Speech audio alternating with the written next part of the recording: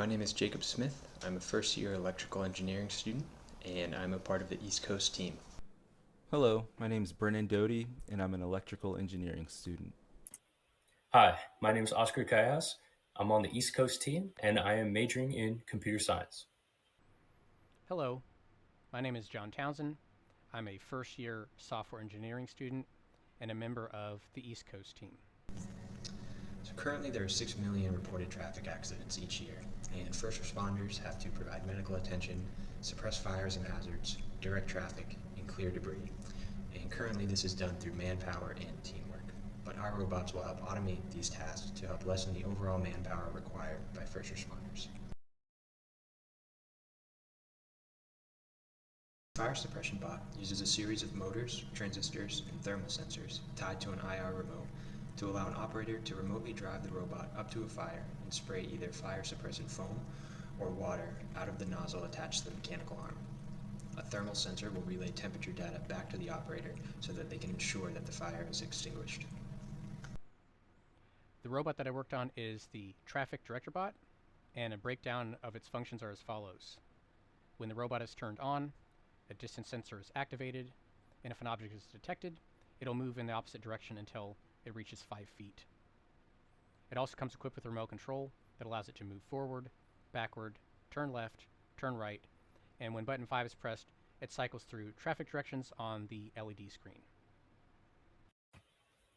For the Medibot will be controlled by an operator using an IR remote. It will be on the scene right after the fire suppression robot has cleared out any threats or fires, and the Medibot will use a PIR sensor to locate any victims on the scene.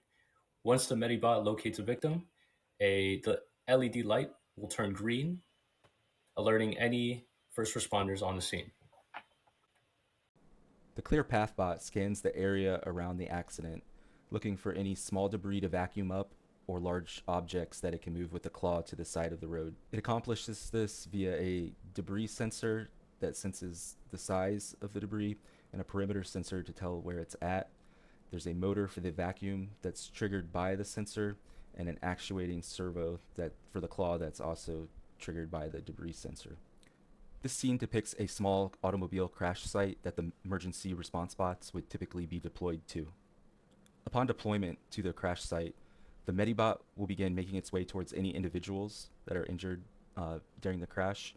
The Clear Path will start scanning the site for any debris or objects caused by the crash, and the fire suppression bot will make its way towards any fire hydrants that it could use to connect to. And then we have the traffic director bot, which will go to the area most suited for directing traffic for the current conditions. And here we have the bots doing their duties. The Medibot has all of the supplies needed for the first responder once they arrive.